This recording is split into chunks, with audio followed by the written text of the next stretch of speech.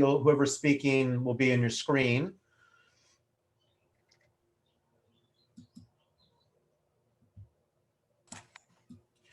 Also, we have chat down below.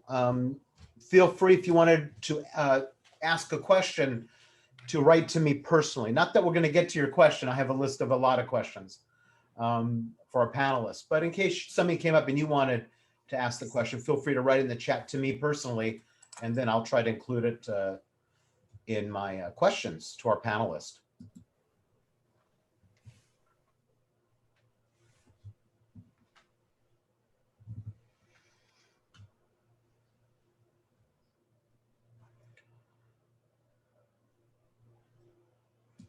If at the end we have time for questions, then if you take a look on the bottom part, you'll see where it says participants. Next to that, you will see a hand raising ability if you click on that. If you click on the participant on the right-hand side next to the, well, I don't know if you have the mute, but you'll see that there is a hand raising ability. You also have reactions all the way to the right on the bottom. That's another way to ask a question, but don't even attempt to ask a question for the first 30 minutes, please. We have quite a bit to get through initially, but you'll see there's all kinds of things you can put in terms of reactions there. Feel free to use that if you wish.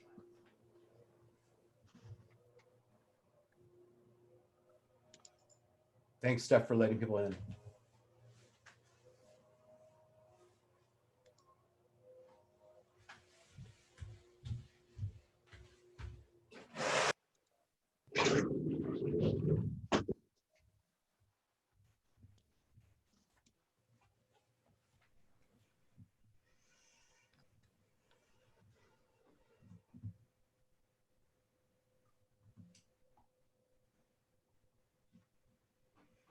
And good Yontiv, everyone. I hope you're having a good Rosh Hashanah. Hope you've had a little bit of honey cake, a little challah. I will say those care packages were really nice. Really nice. It was a surprise. Like I got a missed call, and then I got a text message because it translates the voice message, and it was like, you have a care package, and I ran outside, and they're just pulling away. I'm like, thank you. So sweet. Really made my day. I'm glad you liked it. Yeah, Same here. Excited. We're excited about them. Same here, and now I know what I'm having for my Rosh Hashanah lunch. So it was perfect. Great. Hi, Lori. Glad to hear it.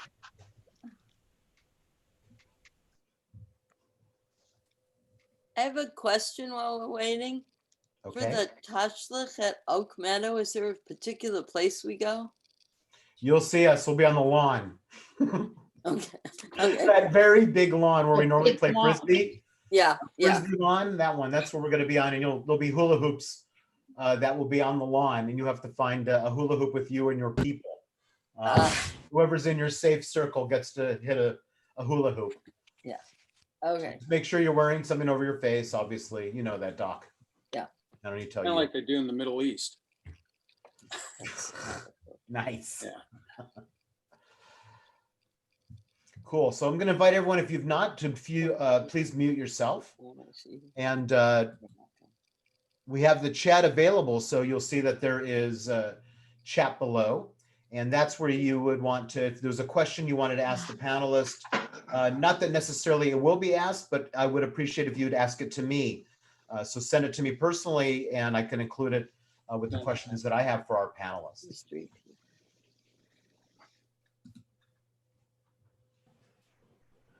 And with that, I think we should begin, because you're all on time.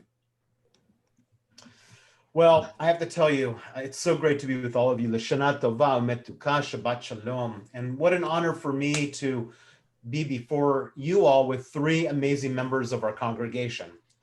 Like I said in my sermonette, this needs to be a time for us to listen to the stories of those in our family, our synagogue family, and our community who have experiences that are different than yours and mine. And to help us learn today, it is my honor to introduce these women I have had the honor of working with, be it for becoming a Jew by choice, or for premarital counseling, or for becoming an adult bat mitzvah. What I've learned is that all three of these women are powerful energies who have a depth of compassion and care that is real and transformative. Katara Thompson. Katara was born and raised in Cincinnati, Ohio, and her drive comes from the hard work instilled in her by her mother.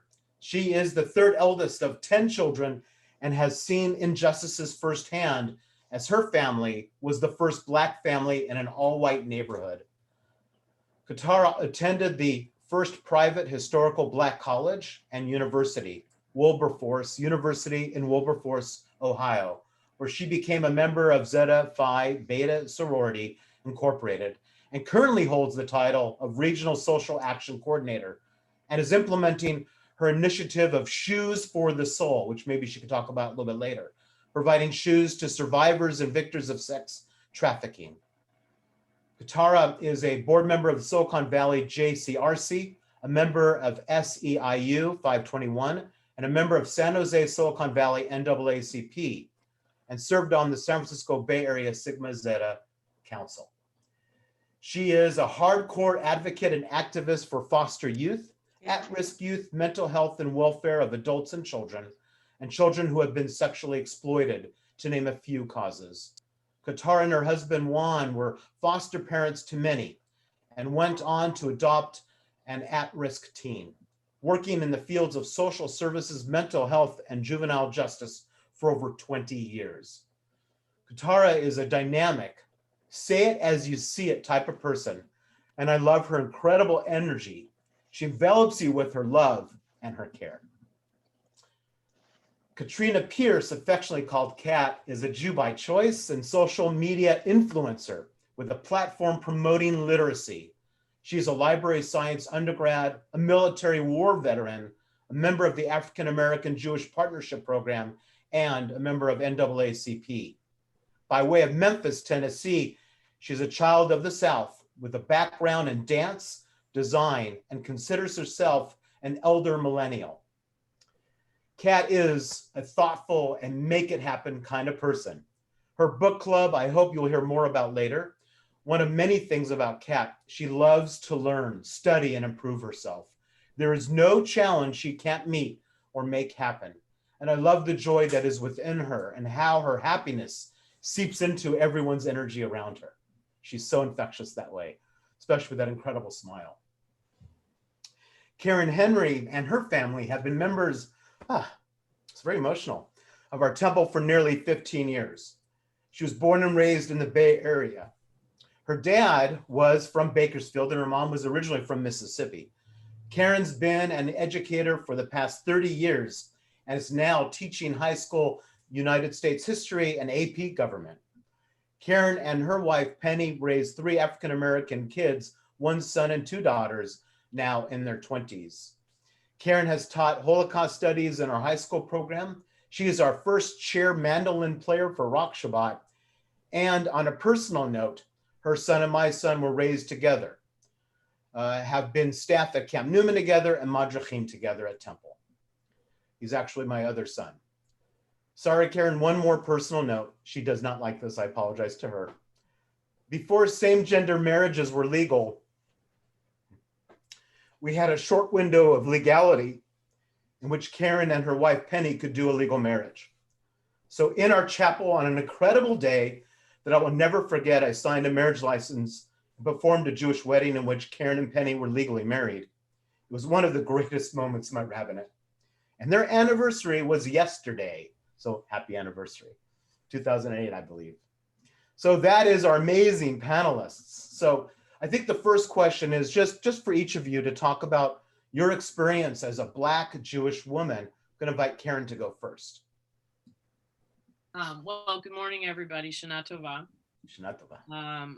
My experience as a Black Jewish woman, I can't say that my experience has been, I don't think the Black and Jewish part, I don't feel like my experience has been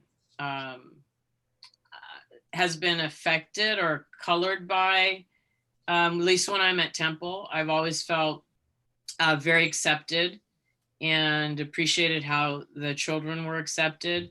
And then outside of that, just in the community, there really isn't too much of an opportunity to at least for me, to interact with people as a Black Jewish woman.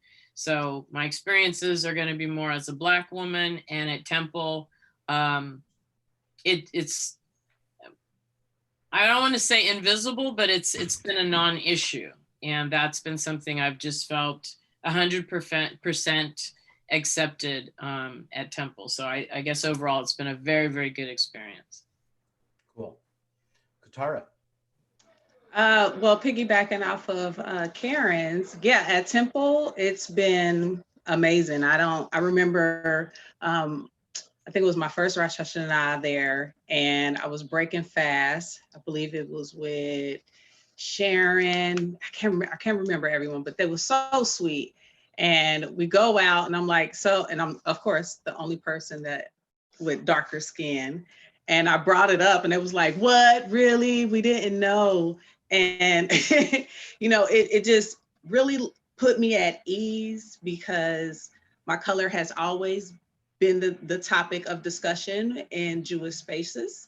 And at Temple, I definitely feel at home. Outside of Temple, it's a little bit different. I get the, are you from Africa? How were you Jewish? And I always say, I don't really take offense to those questions. Well, I didn't when I first started coming around and they first started talking about it. I did not take offense. And I didn't mind sharing, this is how I grew up. I grew up this way. No, I don't know Hebrew like that. I can say a couple of prayers in Hebrew. Now I'm really good. I have my bat mitzvah. So now I'm really good at saying my prayers. Say that. My mom would be so happy. But other than that, it's been, my Jewish experience has just been. Cool. Kat. I can't say the same thing. Wow. I love the positive experiences of being Black and Jewish woman, but there have been a time or two where being Black, Jewish, and a woman, did not all play together on the same playing field. Excuse me. So there are microaggressions, and what I like to say, a peppering of routine racism that happens every day. And one incident in particular that was about a few years ago, it was a room full of people where I was singled out because of the color of my skin. I remember that. And by a special guest, no less. And no one said a word. No one stood up for me in that moment. And that was my moment of need. And it just happened, and life went on. And while I'm sure the incident was reported, in fact, I know it was reported, the single most important thing that stood out to me was everybody's silence in that moment. And I make excuses that maybe they were shocked, but it wasn't the first nor the last time. Silence is definite. In the Shared Legacies film, they mentioned silence. That exact silence from so-called well-meaning people is exactly what happened before and during the Holocaust, according to Rabbi Prince.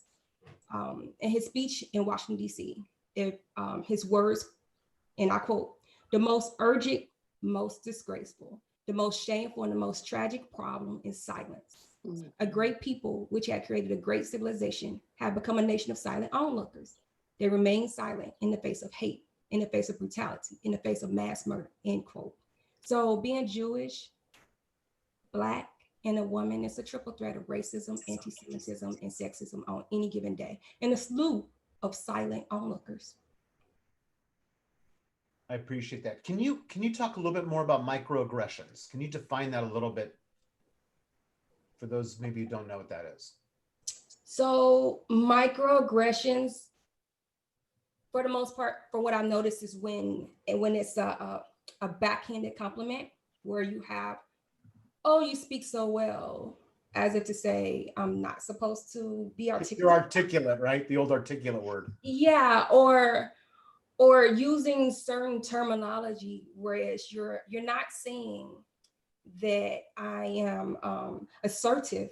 You're saying I'm aggressive or I'm hostile. Like those type of things I consider to be sort of microaggression. Like, what do you mean by that? Anything that can be said to someone that in the back of your mind, as a person receiving those words, if in the back of your mind you're asking, what do you mean by that? To me, that's a microaggression. I appreciate that. I appreciate that definition. So, Kat, you just brought up Shared Legacies, and I asked all three of you actually to watch Shared Legacies as part of the Jewish Film Festival, SoCon Jewish Film Festival that we just had. Very powerful film on so many levels. I want maybe the three of you can reflect a little bit on Shared Legacies and kind of your take on that film and kind of what you thought watching that. Katora. Ugh. Shared legacy brought up a lot of feelings, a lot of hurt, happiness, anger, and some hope. The relationships with the Blacks, African Americans, and Jews have diminished over the years. And I honestly can equate this to assimilation, right? To the American culture by Jews coming over, kind of sort of losing the culture that we brought over here to America and assimilated within the American fabric of oppression and racist tendencies. It's what people are saying now, our Jewish community are saying now, some of the things I'm saying. I'm in a lot of Facebook. You went mute, Katora, you went mute by accident. If you hit your space bar, that happens. That's what it was, moving my hands. Up So, here. let me talk with my hands. That'll make me feel a little better. So the Shared Legacies was really, it just really brought out a lot of emotions. Even now I'm getting a little choked up. It's probably why I pressed the space bar, because some of those things I didn't think that, I suppressed a lot of feelings. I being Black and Jewish, I didn't expect for me to be put in a situation to kind of sort of where I have to choose between being Black, being Jewish, and with being a woman, because in all of these communities, the woman is lesser than. So it's bad enough that I'm to someone else. It's bad enough that I'm Black, but it's also worse that I'm a woman. So watching Shared Legacies was really eye-opening for me. Like, can we all just get back to where we were? Can we all just come together? If we see something, speak up on it. If you and not just like, oh, I'm sorries. We don't care about your I'm sorries. You're sorry. We don't want that. We want someone to speak up, because ultimately, being Black, we're going to come off as being the aggressor and being put into these stereotypes of either she's aggressive, that's my passion. She likes to dance or twerk or whatever, and then they put you in these little Jezebel spots. I don't know. I just really hope and pray that everyone could just come together, that the Blacks and the Jews can come together like how they did in Shared Legacies and just overcome all of the hatred. Thank you. Karen. I think I probably had a different view of it from the point of view of being a history teacher and teaching the civil rights movement every year.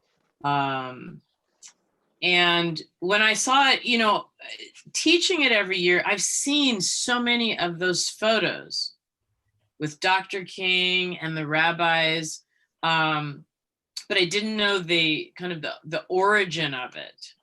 And I would say that I didn't appreciate what I was looking at because I didn't understand the value of that connection, and I didn't realize that it was such a strong connection. I knew it was there, but I did not understand, I would say, how precious that connection was. So for me, I felt really good kind of on both sides, but looking more at that relationship and how the Jewish community supported the civil rights movement.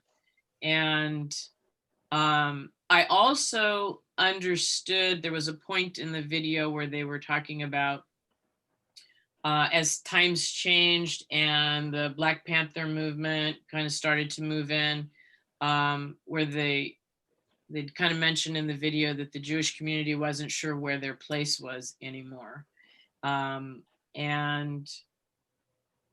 I felt sorry that relationship, you know, has changed as much as it has, and was kind of hoping that we could sort of reestablish.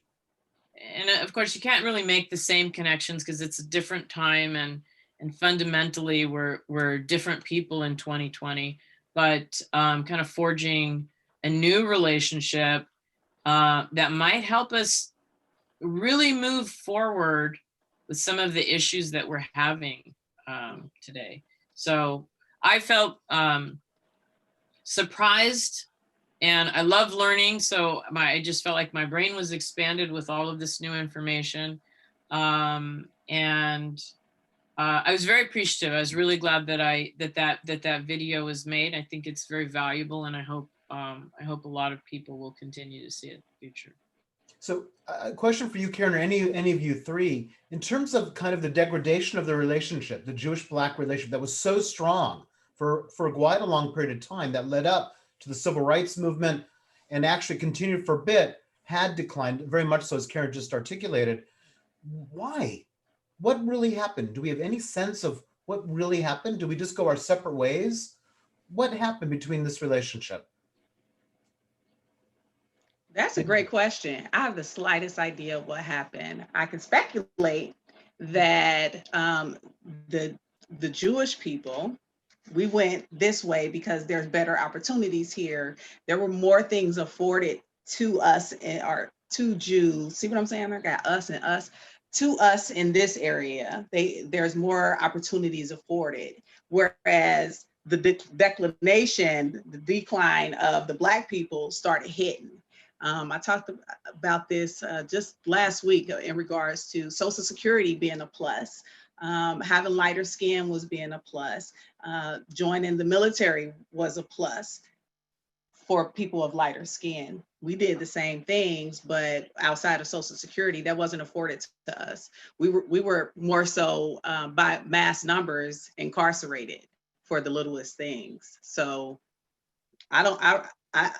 America is what happened. The oppressive words and behaviors that we see that's been portrayed on televisions, movies, even still to this day, some of my favorite movies got racial undertones to them, and I'm just like, dang, but I really love. Yeah, just think of Blazing Saddles, right? You know, yeah. So. That's my speculation. I think the point you're making also, and then I want Kat to also respond, is it's really in our milieu. I mean, the reality is that the racism is in our government, it's in our systems, it's in ways that would blow people away if they understood. Even how transportation is developed in California was a result of this discussion for white people that did not want to be mixed with any other color. So hence we see how brown and Black people have been treated, especially in our own city, for example, because of that. So I think that's an important point that you're making. Kat, why don't you jump in? What do you think? In regards to shared legacies, or in regards to? I'm going back. We'll go back to that in a second. we're going to jump a bit. I want to talk really about this subject of the degradation of the relationship. Why did the Black-Jewish relationship decline like it has? Okay, so similar to Couture, I'm not an anthropologist. I'm not a historian. I can only speculate on where I think may have happened. And I think the biggest blow was the death of these key leaders, you know, Dr. Martin Luther King and the rabbis who led that front of the movement. And when you lose these key leaders, you know,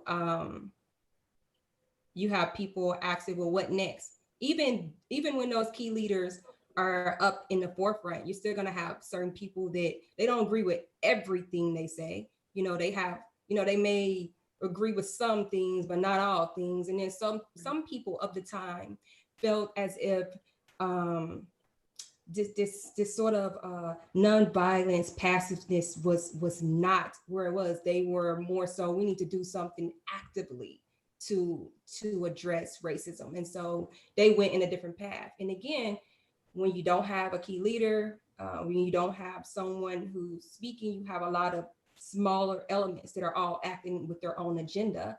And it goes from there. It goes from there. No organization. I don't want to skip ahead to something we'll talk about later in the conversation, but I would say it segues into the Black Lives Matter and the success story of them and how having the formation of smaller elements can be beneficial. Right. Karen, please. So at least my understanding of it is a lot of those pieces that the other ladies were talking about, but I think initially it was the change of direction in the civil rights movement. And as it becomes more of a Black power movement, it really alienated a lot of white allies, whether they were Jewish or just people who were willing to be supportive, because, I think even the language changed, the white man this, the white man that. And I think that caused our allies to say, where do I fit in this? And how do you see me? Do you see me as now your adversary? Are we still partners in this? So I think that with the passing of the key leaders and the change in the civil rights movement, when the civil rights movement moved into a Black power movement, there was tension even with African Americans. Some of the more conservative African Americans who felt like we were okay under Dr. King were looking at the Black power movement of how these guys are going to get us killed. So I think that was a very big shift. And I don't think we recovered from that. I think we can recover from it, absolutely. But I think really that's what was sort of that schism, is the direction that the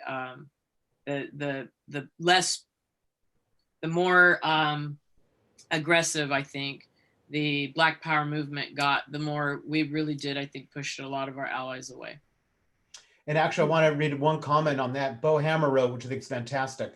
Could this social justice separation of Jews and Blacks have to do with white flight to the suburbs, which seems like an important aspect of Jewish assimilation, that also changed the sense of prejudice that Jews and Blacks may have shared in the big cities? I think that's a very good comment. So I think that's another trend, right?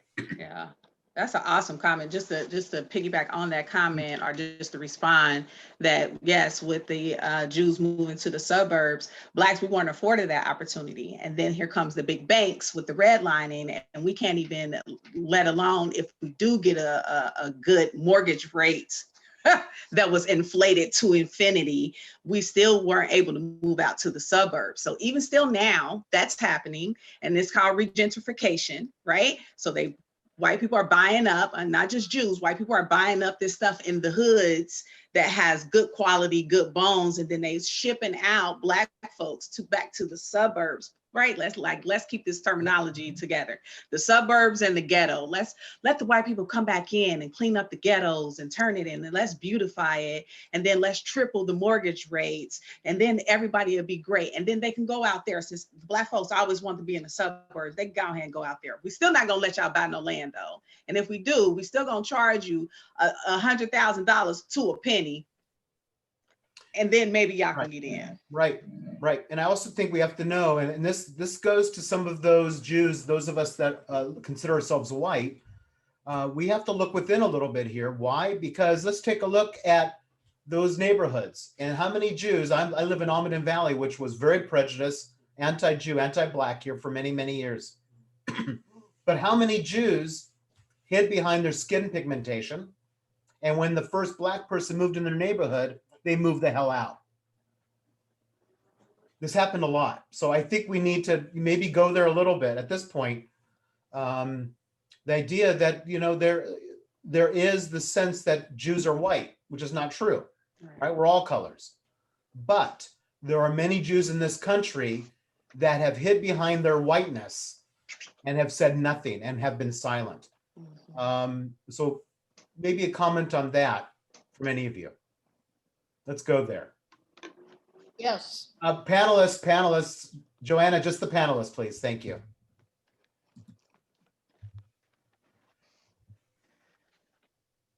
What do you guys think? I think it's a hard discussion, isn't it? It really is, because I don't even know. You said so much just in that little bit of time. I don't even know where to start. You know, I'm sure some may be looking at my face here and it's like, I'm really a bubbly person, but this topics and these questions is uncomfortable. And I remember I wrote a piece about, you know, getting comfortable with being uncomfortable, and it is not easy. Even being on this panel is not easy. A lot of these things bring up stuff from generations to come. Some of these things I didn't even experience myself. But since we're talking about being the first Black people or the first Jews in the neighborhood, that was us. And we still didn't own our home. We still had to call our white landlord to come. She was Russian, sweetest lady. She had to come over when we was getting racial slurs painted on our wall, and you know, and we had race wars every summer. It was the craziest. Like, I'm 40, and me telling you stories, you swear I would think I'm like 75. And this is in Cincinnati, Ohio, in Northside, that's just open with LGBTQIA plus now, so open. It's been gentrified because, like I said, we was the first Blacks, and then more Blacks started coming in. The rent was getting lower. More people was able to buy up these houses. More Black people was able to buy up these houses. And then boom, here comes Bill Clinton wanting to be the president, having all these wonderful initiatives out here. But mass incarceration. The years prior, it was just the war on drugs, and then mass incarceration came. Bill Clinton has the most strenuous package in regards to incarcerating people. And who are those people? The people that has been disproportionate with any and everything, with careers. We don't get high-paying jobs. We work at your McDonald's. We do hand and foot jobs. We're the nurses. We're the CNAs, because these are the only jobs that's afforded to us. And then where we gonna live? Now we get to move to the suburbs, and the white folks get to come and gentrify the neighborhood. Thank you. Karen, you want to jump in, or should we go on to the next question? I don't want to touch this with a 10-foot pole. I hear that. There are plenty of opportunities. So one of the things I wanted to bring up, you know, Kat, I know you still have the shared legacies question, but one of the issues that could be that demonstrates the divisiveness between Jews and Blacks has been some of the writings in the Black Lives Matter movement itself, right? So it has the BDS stuff in there, some of the anti-Israel stuff, because it's automatically pitted itself with Palestinians and pitted Jews on the other end, which I think really made this worse. I have to say, I'm very proud of our movement, that our movement made the decision almost a half a year ago to say, you know what, Jews, get over it. We don't like that that's in the Black Lives Matter statement, but there's a lot of very important statements that are mentioned in Black Lives Matter, and that we need to be able to look at the situation, if you will, through more than one lens. It can't be you hammer Israel, we're against you. That's it, you're no good to us. No, actually, it's fair to say that, because there's prejudice in Israel. As the four of us talked at our pre-conversation over a week ago, Israel has tremendous prejudice when it comes to dark skin. Yemenites went through that when they immigrated. Ethiopians had it even worse. When they immigrated, it took each of them at least a generation to become much more comfortable in Israeli society. But the reality is, this is not a new phenomenon. This has gone on for our entire lifetimes. So maybe we could talk a little bit about Black Lives Matter. Why is that important? And what should we be doing as a society to ensure that Black Lives Matter? All right, Kat, you jump in.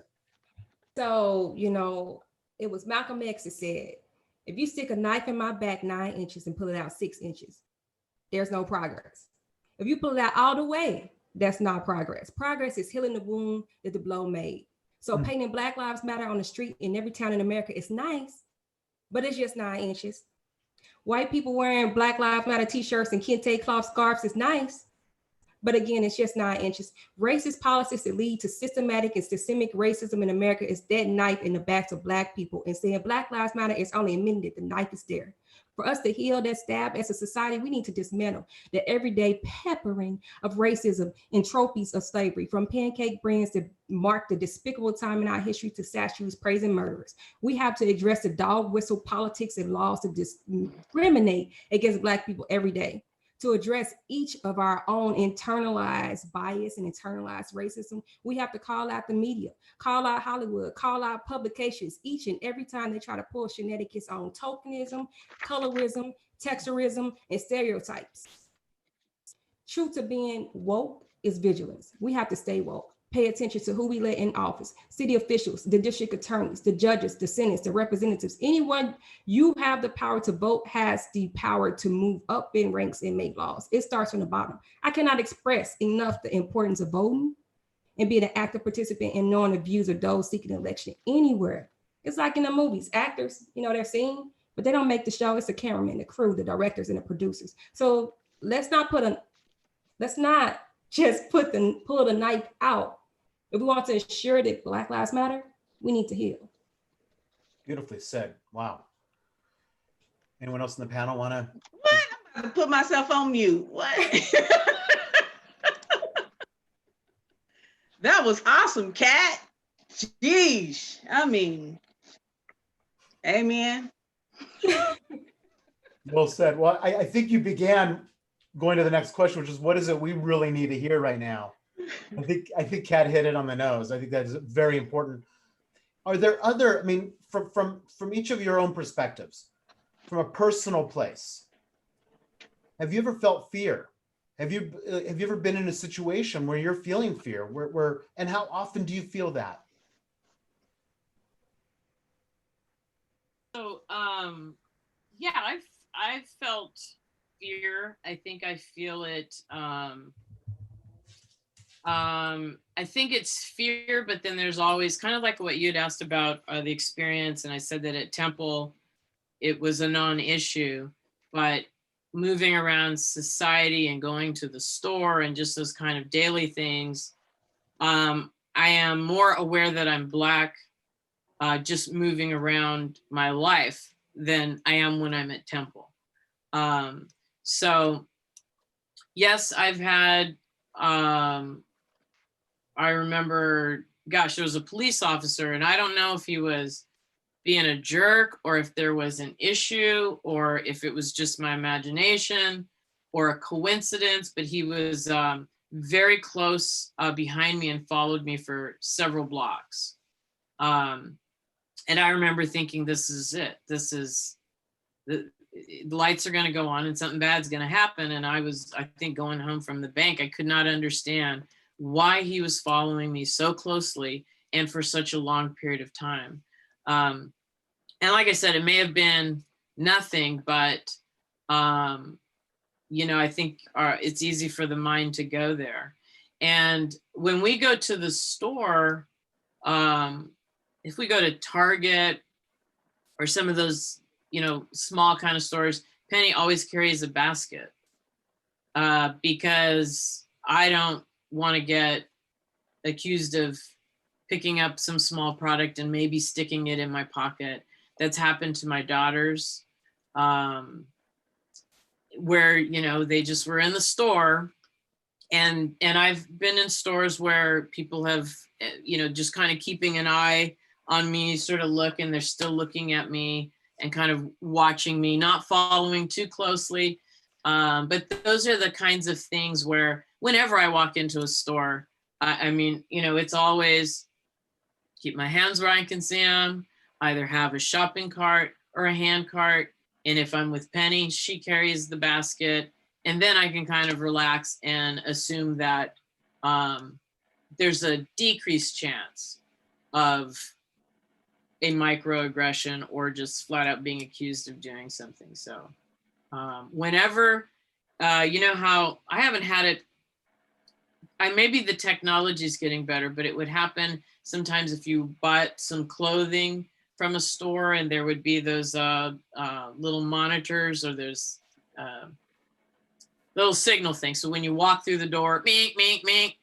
Oh, I don't know if anybody else would feel this way, but I would just feel like they think I stole something. And I'd get really, really frustrated. And I eventually would just say, before we go through there, are you sure you took all of those tag things out? Because I don't want that to go off when I go through the door, because it could turn bad. Oh, sorry about that. It's like, sorry. People are, you feel like people are looking at you. So yeah, when it comes to fear, and probably, a lot of these situations, maybe nobody is paying attention, but there's always that kind of thing of who is paying attention. I think one of the funny things about racism is that you don't always see it. And I think it can happen. You just don't always see it. If somebody doesn't, right now, they're not going to call you a name, but somebody's watching you. It's better that I don't know about it, but I think it can be a lot more subtle, let's say, in polite society. So it's kind of easy to wonder, am I welcome in this space? Who's looking at me here? One of the things I like about living in the Bay Area is that it's so multicultural. I feel much more comfortable. And just as we're talking, my experience has been very different from, I think, from the other ladies just living here, growing up in San Jose.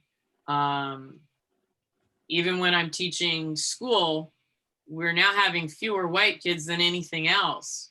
There's just, it looks like the United Nations in my classrooms, and it's like, oh, there's a blonde kid.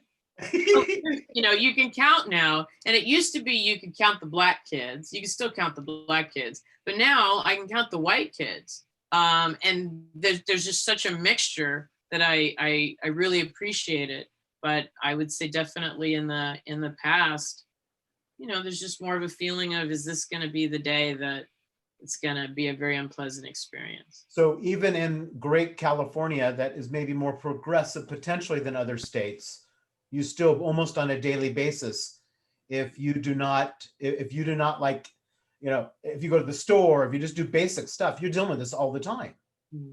I think we need to hear that, everyone, all the time. Kat and Katoro, you guys want to jump in on that? Your experiences with this? I wanted to look. I'm never scared. Let's say that. I'm sorry, Kat. I'm never scared. I think that's my privilege of how I grew up, with a mom that was, all about injustices for anybody. She was out there fighting, stomping the pavement. Part of that Black Power movement that Karen was talking about. I don't think for me, I'm sorry, I'm regressing. I don't think for me, that the Black Power movement and the Civil Rights movement went hand in hand. The Civil Rights movement was still that, and it was so many other things going on: feminist rights, LGBT rights, veterans rights. It was so much going on that everybody split to focus on what's more important to them at that particular moment. So my mama just taught me to fight for everybody. Stick up for yourself. You have to be the strongest throughout everything, because you never know who's your weakest link that you have to lean back and help up. So I'm never scared. Do I clench my butt cheeks though when the police behind me? Absolutely. Do I give somebody else the side eye when I walk into a store before they give it to me? Absolutely, because I'm never scared. I was raised that my heightened sense of racism is always on 10. I still miss it because I give people the benefit of the doubt, but it's always on 10. I'm going in there with a smile on my face and wherever I'm at, and I expect to be treated the same way, regardless of however I'm look. If my hair is straight today and braids 2 days later, and then I'm rocking a curl, on Friday. Either way, I'm never scared, but everybody's not like me. People are scared. They go out. I'm scared for other people. The police, the task force, they had a whole tank and everything out here for 2 people in an apartment complex. with a tank. I'm thinking, go up there and bust it down then, since you have a tank and your rifles and everything else. One of the gentlemen was Black and the other lady was Latino. And she comes out with only a shirt and no bottoms, and they still arrested her. An hour later, I'm recording. An hour later, I'm just like, what? Seriously? Like, can y'all please go let this lady put on some pants?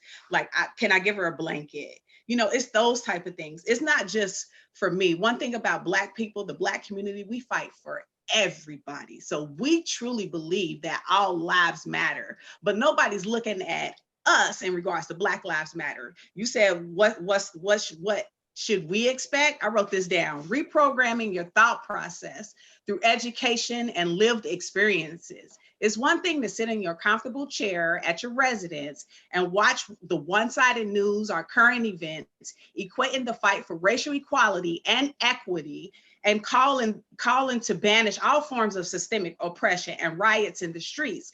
These are not riots in the streets. These are protests. Regardless of whatever the Black Lives Movement is saying, Black Lives Matter, right? As Jews, it's a principle. It's a way of life. It's the law that we repair the world. And when you continue to justify your one-sidedness because others are in celebratory status with you, then you are absolutely the problem. And you need to repair yourself before you go out here and try to repair the world. Mic drop. Beautifully said. Beautifully said. Wow, wow, wow. Kat. Couture said it all. Thank you. Okay. Well, you know, Couture did bring up something that has been obviously a huge issue. I have a group dealing with this right now, an interfaith leaders group, and that is dealing with the police department and dealing with kind of this issue of defunding, quote unquote. I've always been uncomfortable with that term defund because I think it's not saying what we need to say. I think we're talking about demilitarizing the police. Yes, that's what we're saying. Are we saying that we put the police into situations that social workers should be doing? Yes, that's what we're saying. Let's spend more money, take a little bit of the money out of that police department and put it towards social workers. Let's have if you will, hundreds of social workers on the streets instead of police maybe would take care of this. And I remember Friday night, the Friday with the protest here in Silicon Valley in San Jose, and watching the police with their line. And although they just voted in city council this past Tuesday that they're still going to allow the police to have rubber bullets, a lot of us would advocate that the police should not have rubber bullets unless they're perfectly trained to use them. And our police department has not been trained. And we've had, and the protesters, 2 of them were severely injured by the police department, one of which is part of our interfaith group, actually. And these are people that are just doing their right as an American to protest. So let's put this out there. What do we really talk about? What is it that we need to do when we say defund or demilitarize or reform or restructure? What is it we're really talking about here? I think the word sorry if I'm jumping over anybody, please feel free to cut me off. I think the word defund the police arouses everything and everybody. That's the point. We want you to be aroused to do something to what's going on. We all see what's going on. The only reason why, in my opinion, that George Floyd was so pertinent, not because that he got killed on social media, that's everywhere, right? Because of COVID-19, everybody was quarantined at their house on social media, doing things to try to occupy their time. And they sat there and watched somebody in a uniform who is sworn to serve and protect, look dead in the camera with his knees on somebody's neck for 8 minutes and come on now. Like, we sat there and we watched that. That's defund the police. You gonna sit here and kill somebody blatantly in my face and expect nothing? Take your money away. Take all these, go back to Bill Clinton, take all those millions of dollars that he didn't federally put into these programs, into the federal, into state police and all of these other entities, and take that and move it somewhere else. Not just with social workers, with mental health professionals, the people that are in school to become mental health professionals. That's defund the police. Debunk, reform, however you want to say it, but we're gonna say defund because you get antsy when you hear defund the police, as you should. We still gonna be safe regardless. We still are going to be safe, y'all. regardless if the police coming around here or not, we are going to be safe because we have each other. But defund the police. Ain't no way in God's green earth should anybody be out here dying at the hands of the police when my little pennies on the dollar go for your paycheck. And then you pay however much you pay to your systems of what the police union, who is denying, they denied the California Police Union or Sheriff's Union. Somebody find the thing. I know I'm saying it wrong, but they said, no, we don't want our police to have trainings in mental health. And then the governor's like, oh, well, can y'all please do 30 hours within 2 years of training in mental health? Like, absolutely not, because at that same time that y'all was having that conversation, the gentleman in Walmart in San Leandro got shot dead because he had mental health issues and he was in there swinging a broomstick, and y'all shot and killed this man. The police have absolutely no de-escalation techniques. Defund the police. Get mad if you want. I really appreciate those comments, and I think it was very well said. And I think we need to recognize that there is institutionalized racism. What does that really mean? It means in our institutions, things are set up to keep putting down Black people. So when you see those prison bonds, don't vote for them anymore. Stop it. Because most of those that are imprisoned are people of color, are people Black and brown. And there's a reason why it's like that. So we need to look at our institutions and we need to rethink what we're doing. So I'm with you. I think call it whatever the hell you want. The reality is we're putting police into situations they're not trained to be put in, and they should never be put in. Shame on us as a society for doing that. And shame on us for thinking that safety occurs when you have a bunch of police with guns around. No, it's not safe for people. That's not safer. We can do this. We don't need police to be doing this. This is not okay. I really have to say, a police department should have at that march all been dressed in their normal clothes, marching with everyone. That's how you make it safe. If anything happens, then you go deal with it. By the way, for our Faith Leaders March, we had the Assistant Chief of Police with us. No one knew. Why? Because he came there only as a Catholic with his family, as a man of faith, dressed in his normal clothing. But we wanted to make sure we had coverage in case something happened, because you want to make sure things are safe, all of us. But when we think about what safe is, I think there's a misconception that a man in a uniform with a gun strapped to his side makes us safer. That doesn't make us safer. What makes us safer are these conversations and being more honest. Kat, jump in. I think just Karen. what you said there about a man in a uniform.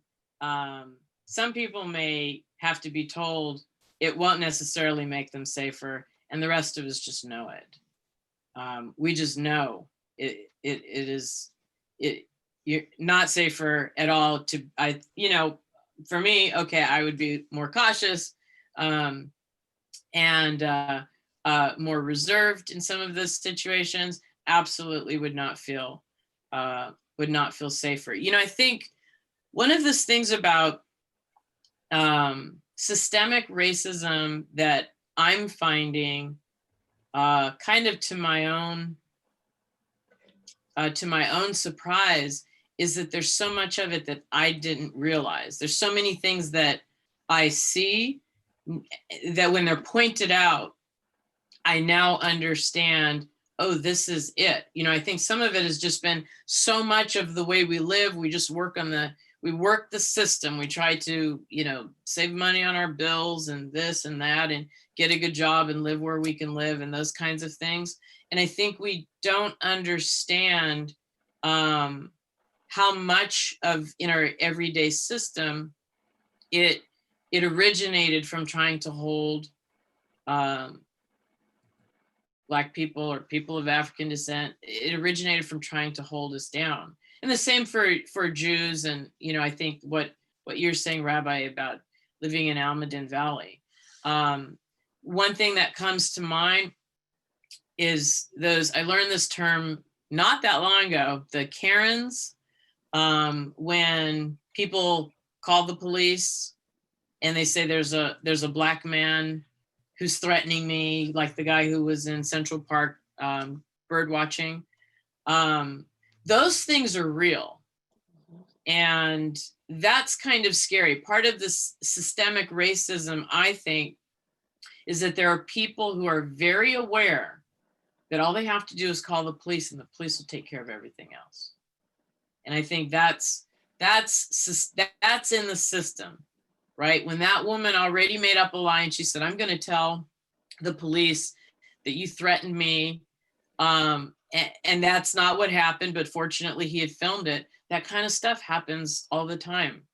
And part of the system is, if you know the cues and you know the steps, call the police, say this, say that, and chances are the police will do the rest. You don't have to get in your face and call people names. Just call the cops, and you just describe it in a way that there's an angry Black person who looks like they're aggressive and I need your protection.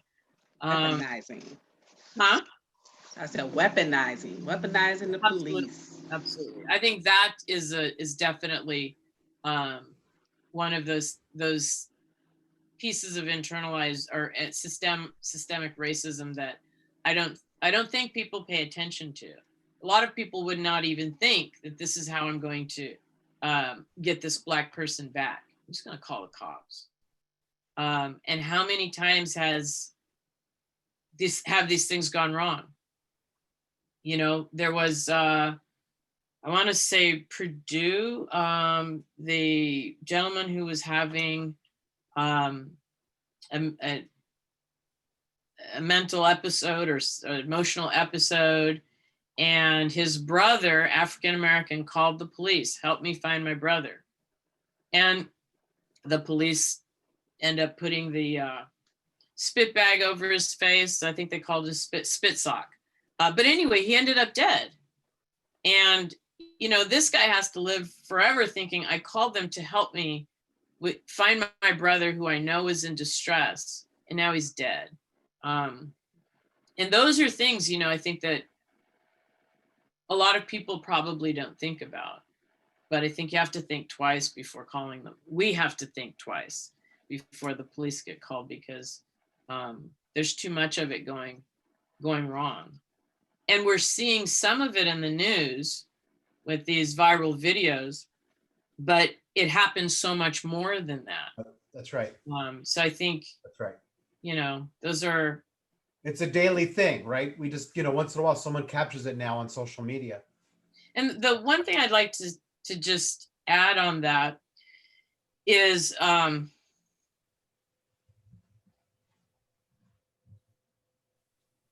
it's very traumatic to see those videos over and over and over again, because when it looks like those people did nothing wrong except they were the same color as you or the same color as your son, it's just sort of, I think it's just kind of, I don't know how the young kids are dealing with it, but to see yourself and people who look like you, it's very difficult, and they have to play it over and over and over again, and it's not good for the kids, terrible for the kids. I don't know how 16 and 17 and 18-year-olds, how the high school kids are dealing with all of with what we're seeing. And it's not like we've seen the last one. Everybody knew that George Floyd was not going to be the last one. And whoever is the last one that we just saw, that's not going to be the last one. And I feel it's very unfortunate that I think it's so much more pronounced than it used to be because of the technology, that I just don't know what that's doing to the psyche of our young Black kids. And I'm advisor for the Black Student Union at school. And knowing that we're getting ready to start having our regular meetings, I dread this, and I'm hoping that, the other adults who support, the other African-American adults, I'm thinking, you guys, we need to come, because we don't know at what point the kids are going to open this up. And I'm not sure that we really have the have the skills to tell them it's going to be okay. It's going to work out, you know, because it's not playing itself out that way. That's right. Sorry. Karen, I want to okay. thank you so much for sharing your heart with us. Thank you. Kat? Sorry. Oh, okay. Let's talk about the police. So when you say defund as a means of reallocating funds or reconsidering how we pay and how we dedicate funds toward training, I'm all for it. You know, I had an incident about 2 years ago with a San Jose police cruiser backed into me at a red light. They called for backup. 2 additional police cars came and they proceeded to ask me if I was drunk, if I was on drugs. They downplayed the possible damage to my vehicle and told the witnesses on the side of the road to leave, and I was alone. My driver's license and registration was taken and checked for warrants. The situation was unnecessarily hostile because I was Black. And I did not get an apology or even an acknowledgement. You know, they eventually let me go, but I was denied the right of being a victim in this situation. So when we talk about police reform, and that's just one of many incidents that I've had with a run-in with the police officer. So when we talk about police reform and reconsidering how we are funding their pay, I'm all for it by any means. I appreciate sharing that story with us because that's happening also daily, those kinds of stories. So thank you for sharing that. So let me ask, you know, in terms of the African-American community, when you've had decades and decades of racism, institutionalized racism, where you constantly have these things happening, what does it do to the community, do you think, the Black community in America?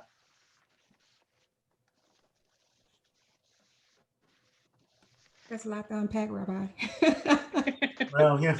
We can discuss hopelessness, that YOLO mentality of anticipating a short life with even a lower quality of life. And so there's a resulting playing up of the stereotypes to those in power of what they expect of you. We could talk about those who try to distance themselves from the culture and try to forget their identity. You know, the ultimate impact of generations of racism is developing a mindset of survival in the face of it all, and the perpetual everyday trauma. For many, coping is buried so deep in the subconscious that every last one of us, everyone, we need counseling to begin that healing process. Thanks. Yeah, I think it starts with talking. Talking helps, and you know that leads me. So I'm glad to be a part of this panel. You know, we're starting some discussion on the issues, and that's necessary. Thank you. Anyone else want to comment on that? Karen or Katara? Sure. So my thing is, we all have heard or know of the 13th Amendment, right? How it has this beautiful change of, I'm just gonna read what I wrote you. The 13th Amendment is helpful, but one of the most damaging amendments for the Black African-American community. And here's why I say this. Neither slavery nor servitude, except as punishment for crime whereof the party shall have been duly convicted, shall exist within the United States, or any place subject to their jurisdiction. Who, we just talked about this, Black folks are represented so vastly within the criminal justice system that this only applies to us. So yes, we're gonna give y'all some freedom. Y'all free, y'all ain't no longer slaves, but we're gonna go ahead and start locking y'all up for any and everything. That way, y'all back to being the slaves that we need y'all to be. Y'all back to doing the stuff that we need y'all to do. We keep seeing on the news outlets, and we know by scholarly articles that these big companies are using criminals within our institutions, our legal institutions, for cheap labor or no labor at all. Come on now, the Governor Newsom literally just signed the thing for the inmates who come out and fight in these fires. Like, hey, we ain't gonna immune y'all. We're not gonna let y'all go free. In case you die in this fire, we're gonna thank you for your service. And then when you get out for still serving your time, although you've done your just due by serving your time, then then we're gonna go ahead and give y'all the right to be a firefighter. We're still not gonna guarantee y'all no job though, because you know that's not up to us, but we're gonna give you the right to be a firefighter. So in 2018, the Race and Prosecution Report from Santa Clara County DA Rosen, he stated Black African Americans are prosecuted at higher rates in relation to the overall population, which at that time was around 3.2%. Yes, the criminal justice system marked approximately Black folks representing 20% at least. I'm sure I'm off in my numbers. DA Rosen stated in February 2019 news release, racial disproportionality in our criminal justice system remains a stark and vexing problem. While we do not have a solution,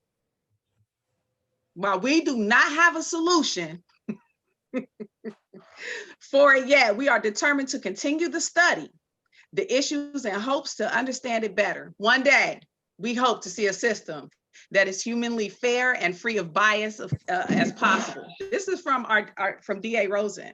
Okay, racial disproportionality in our criminal justice system remains to affect the mental health of individuals, of their families, the Black African American culture, but most importantly, it continues to affect the Black household. How many more studies do we need, DA Rosen, or anybody that's doing all these studies? Criminal justice reform, or what you hear chanting more these days to defund the police. Bill Clinton put monies into these criminal justice systems that more than any other president. We see tanks, we see all these other things, but where is it? Where's the reprieve at? We represented so disproportionately in all these things. We represented disproportionately with income, represented disproportionately to housing, to criminal, to anything that's negative. Black folks is the number one thing. Yeah, we represent this much, the very little bit of in percentage in regards to our population. But anything negative, even still to this day, even these wonderful studies that people are putting out, we still are marginalized and criminalized. We know what the problem is. We know that we need to move some monies around and allocate it not to intervention, to prevention. Let's prevent homelessness. Let's prevent all of these mass incarcerations. Let's prevent this stuff. But who helping though? This is why people need to vote for the Prop 16s, helping people educate themselves. The basic essentials that we should be afforded, not just, we smart, that should just be given to us, just like anybody else. Between the light-skinned person and the darkest of the dark-skinned person, we should all be able to afford basic education. Felons, right? Just talking about that. Y'all get out, y'all have these felonies, and you get out and you can't do nothing, but you're free, but you still can't vote. We still gonna take your right to vote. Prop 17, so people make sure that you checking yes on your ballots for these things out here for these people. Thank you. Either one of you want to jump in? I forgot the question. Kind of the systemic nature of racism and how it's affected the Black community. I think that it just sort of that mark of history that's always been there. I think just the next generation just keeps getting branded. So slavery ended, then we had to deal with Ku Klux Klan, lynching, and the civil rights movement. And we can keep on going, and now we look at more of how it falls in healthcare. And I mean, I think the young Black kids know that it's not a fair system for them. That's kind of how I think it affects the community. And they know that they know that they have to be careful around the police, just like we've always known we've had to be careful around white people in authority who can suddenly make you disappear or whatever. This sort of modern day lynching kind of thing, when a kid says, why is this happening and how do I cope with this? It's like, I was thinking about it because our daughter was over last month after one of these incidents, and she said, I just don't know how to cope with this. I feel like I need to talk to somebody about it. And later I was just thinking, this is just kind of our condition right now. And it has been. So it's almost like a torch that's just being passed down to the next generation. We're not in chains, physical chains, but we can't guarantee that we're as safe as everybody else and that the opportunities are equal. And the kids know that. Mhm. And watching these videos, the kinds of things that the kids see now, it's probably not any different than what my parents went through, knowing, people getting lynched and the kind of the terrible experiences that my mother told me that she grew up with. I think it's just sort of our modern day version of it. It perpetuates that sense of survival. I mean, I think it perpetuates, as parents, us having to teach our kids differently, and where you put your hands when a police officer comes to you. I would tell Braden, he wanted to become he's still interested in law enforcement, and anytime there was a police officer, he'd want to go up and talk to them and, get a sticker from them, and he just admired them. And I would just think, oh my gosh, I would try to stand nearby, and I would tell him, if you go over to talk to those policemen, do not put your hands in your pocket. Do not reach for your cell phone. Go and talk to them. Keep a little distance, but make sure that your hands don't make any sudden movements and knock yourself out. And that's unfortunate. But if he has kids, the way things are going, he's going to have to tell his children the exact same thing. That's what I think it kind of does to the community, is our children are not getting a chance to say, well, that was them, it's not going to happen to us, because they know. Well said. Thank you. Kat, do you want to add to that? I don't have anything, Rabbi. That's fine. So let's jump to another question that kind of hit me. Here you are, the three of you, with brothers and sisters of your Jewish faith, all in little boxes looking at you. Mm-hmm. But one thing that we all have in common, if we have this skin pigmentation, is that we have had white privilege. And many of us, even though we are minorities, have chosen at times to maybe take the Magen David and put it behind us and just kind of live with that white privilege. What do we need to hear? What do we need to hear? Come on, Kat. You want Kat? Okay, I'll say what needs to be said, what needs to be heard is don't be an onlooker. Speak up and act anytime you see injustices. Do your homework. Don't expect every Black person to educate you on the harm you're doing to them with your seamlessly harmless yet damaging peppering of racism. Do your homework, educate yourself. And if you're not actively being anti-racist, then you're contributing to racism even in your silence. Well said. Well said. And I think the idea of being an anti-racist is something that we have to work on, each of us. We have to actively be anti-racists. By just walking away doesn't make you an anti-racist. By not contributing to the problem doesn't make you an anti-racist. The minute we don't say something, the minute we don't object, that's when we all have the problem. Let me just, I'm just curious, obviously I chose the three of you and I take full responsibility for that, sorry.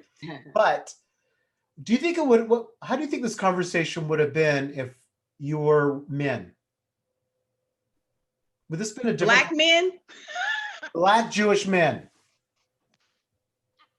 Uh-oh. Uh-oh. I'm a conversation.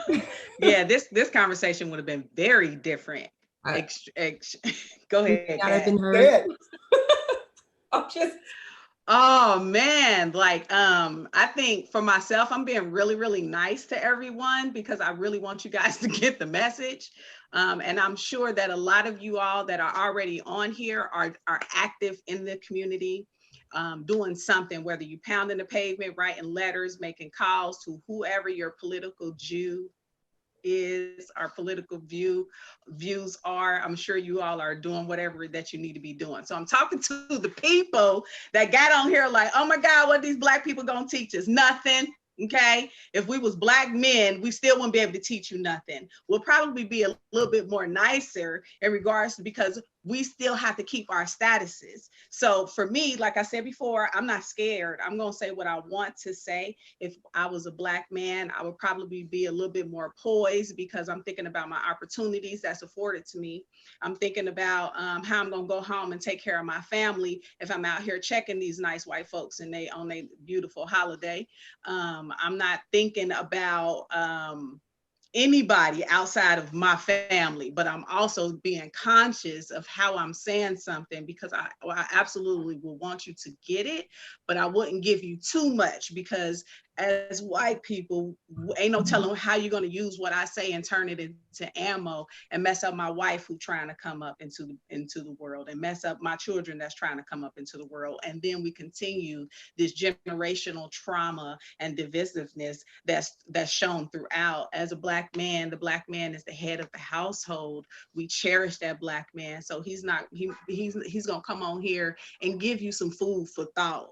I'm gonna come on here and give you some food for your soul that you take and contribute to your feet and start hitting these pavements in one way or another. I really want you guys to wake up. This is a sweet, beautiful day, a new year. Rabbi talked about our spiritual being. If the doors open up this morning, okay, this is what Rabbi said, doors open up this morning, what is gonna be written about you today, about what happened the year prior? What is written that you, and you're going to be okay with that being written, and when it's sealed, you good with that. So when you go out there and you meet the maker, like, God, I did it, and he was like, nah, but I really wanted you to come step through first so I can talk to you about your behavior. So this wasn't okay, that's not okay. Everybody can change, right?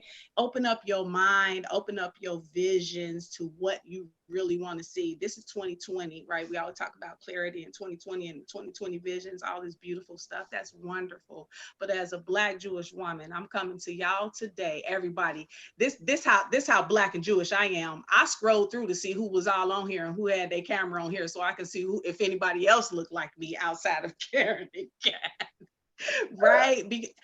But although y'all don't look like me in skin pigmentation, y'all look like me, okay? You look like me. Some of y'all act like me, and I love that. I see some familiar faces on here, and some familiar smiles, and some that I don't even know. Follow me on LinkedIn. Let's link up. I will not be your token Black friend, but I will help you understand yourself, because we all need to be checked sometimes. Okay, mic drop. Nice. Karen. Well, I certainly can't top that. But I would say, I think if we had this conversation with Black men, I think you would have heard the very painful experiences that many of them have gone through, that the men that I know have gone through. And I think people might understand a little bit more how dangerous these situations are with the police, for example. Because if you feel like at any minute someone is coming for you, you're going to panic and you're going to resist. And I think in a lot of these situations, before the Black men are shot, they're resisting arrest. Their heads have to be going to, you're going to probably kill me. And at some point, I think resist is a survival mechanism that gets them killed. And I think we would probably understand, we'd understand the threat differently. My brother has had guns put in his face, and it's because he's a 6'4" Black man who looked like everybody in San Leandro who had just committed a crime. And I remember him working at a Kentucky Fried Chicken in Santa Clara, and he would take the money into the bank, and he had the money because he was the manager. He had the money going into the bank, and somebody hit a panic that there's a Black man taking money out of the bank.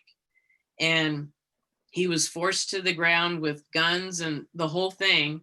And all he was doing was turning the money into the bank, which is what the managers are supposed to do every day at a certain time. And I think we'd have a different experiences, not just the scary ones where police are following us or something like that, but I think real more to the core and to the nerve of, I think what a lot of the men experience, that, I'm grateful that I'm a woman, and it doesn't mean that things aren't going to happen to me, but I think my chances are much better than they are for the men. I worry about my son more than I worry about my daughters when it comes to them moving around safely in society. Look at incarceration rates and other rates. I think that absolutely supports your point. Kat? I will say that if we had this panel with Black men, if any of them talk the way that I talk, and by I mean diction and maybe tone, they wouldn't be heard. They'd probably be perceived as being hostile and aggressive, and then anything thereafter just be ignored. I think that in America, we have a really big problem with listening to the way things are said rather than what is being said. Say that. Well said. Well said. Well, I want to thank the three of you so much. There's so much more that I now. Kat has a list, a recommended reading list. This is not a not the final list. This is a list, and she and I already want to add more to that. And I would just want to point out that Ibram X. Kendi is one of the writers that many of us have been studying. Sharon Jenkins, our Tikkun Olam chairperson who's with us on this call here, actually led a great discussion on that book. We have in the community at the First Unitarian Church, they're offering a study on that book on Thursdays and Shabbat on Saturday. That's being led by my colleague who leads that congregation. So I think that would be fantastic for any of you that have not read that book. I'm asking you, please read that book. Please, on my behalf, read that book, How to Be an Anti-Racist. And I'm going to tell you now, it's not official, and there's a copy that Kat is holding up. And it's also on the list in the chat. I have a copy of that list. Feel free to email me. I'll gladly send that list to you, any of you who want that. We are trying to get Kendi in this community. My interfaith group that's focused on Black Lives Matter for the last few months, we're getting very close to being able to get him as part of American Leadership Forum and PACT. Together, we're going to bring him here to our community through Zoom, probably in November. So we're hoping for that to happen. This is the time, my friends, for us to get involved. What we heard from our three panelists was very clear. This is a daily occurrence. This is not a one-time thing. This happens all the time. Whether it's fear, whether it's concern, it's real. And we don't know that pain. We don't know what it is to constantly be looking over our shoulder if there's an officer nearby, in the same way that when you're young and doing dumb things you would be. Yes, Kat, jump in. I just wanted to end this on a positive note and share with everyone what makes me proud to be a Black person. Yeah, I was going to ask that last question. Yeah. Sorry. Yeah, I'll get there. That's the last one. We're on the same page. My bad. Yeah. Right, he was on the road. Get going is what you're saying. You know? So I think that it's vital for us, all of us, to get involved. If this matters to you at all, if any of this has inspired you, then I need you to do something else. Look at that Black person in the face the next time you see one and say, you matter, you matter, you matter. Karen, Katara, Kate, Kat, you all matter so much on so many levels. And the last question I did want to ask before we say goodbye is, what are you most proud of being a Black Jewish woman, being a Black person? Let's talk about that part of your identity. Nah, go first, Kat. Okay. You know, while it saddens me that as a Black person, my family's rich history is lost, tribalism is still an issue in Africa. I am proud to represent a multitude of African nations. I'm proud to be from a lineage strong enough to endure physical and mental torment, then birth the ancestors that made my birth possible. I am proud of the hair that coils while keeping secrets on. I'm proud of my sun-kissed skin and the many other Black people making historical marks in this world that just so happen to be Black like me. All of these makes me proud to be Black. Beautiful.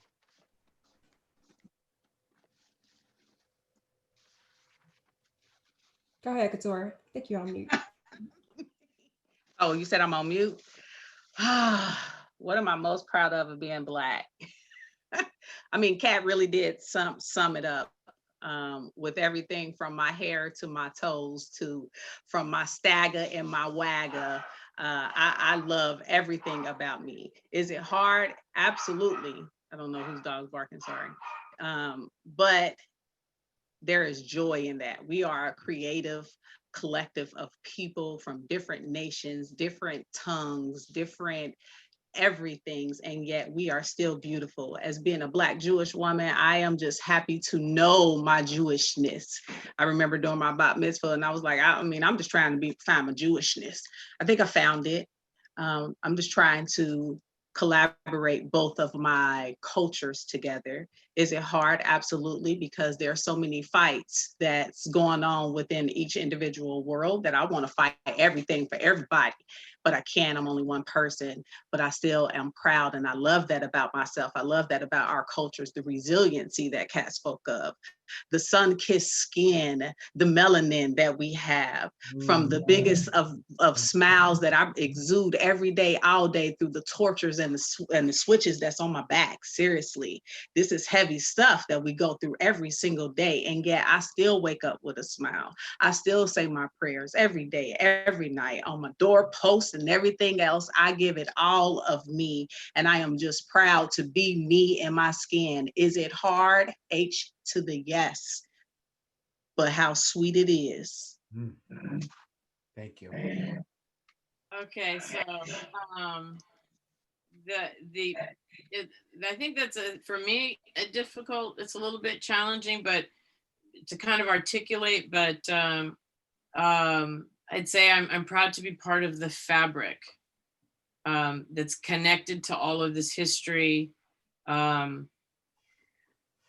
The piece that I can pass on through my children, the piece that I can take from my grandparents through my parents, pass on to my children, pass on to the young people that I'm educating, encouraging them, letting them know that we can do this.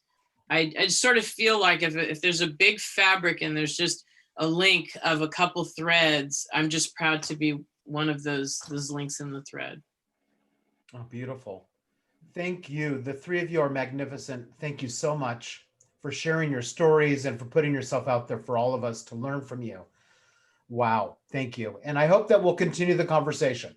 One thing that the four of us talked about is having more of these conversations. So pay attention over this year, because this is actually going to be one of the themes for our synagogue for the whole year. We need to be listening. I know for some of you, you were listening with all your heart. For others, you're more concerned about your own thoughts. Try again next time. Listen, people. This is not about our own experiences. It's not about how we feel right now. This is about listening to other people that are going through pain that they've gone through their entire life. Their parents went through it, their grandparents went through it, and their children are going through it. Karen, last word.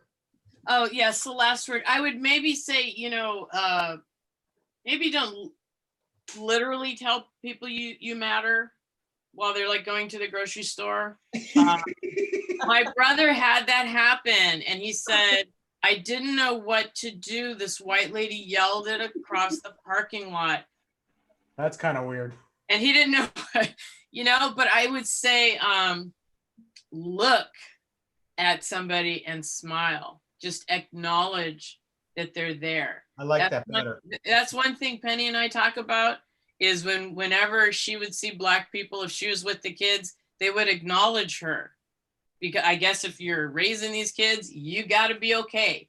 And she'd say, white people would just walk past each other and not even acknowledge that she was there. And so I think just that seeing and acknowledging another person, just that moment of just smiling, that's a good start. That helps people feel seen, and I think a little bit safer, because if you smile at me, I'm gonna feel like, well, this is a good experience and I should be safe here. But I like that, Karen. We need a smile. I love that. That's terrific. Thank you all so much for joining us and for being part of this discussion. And I want to thank again the three of you for being incredible panelists and giving each of us your unique perspective from the three of you.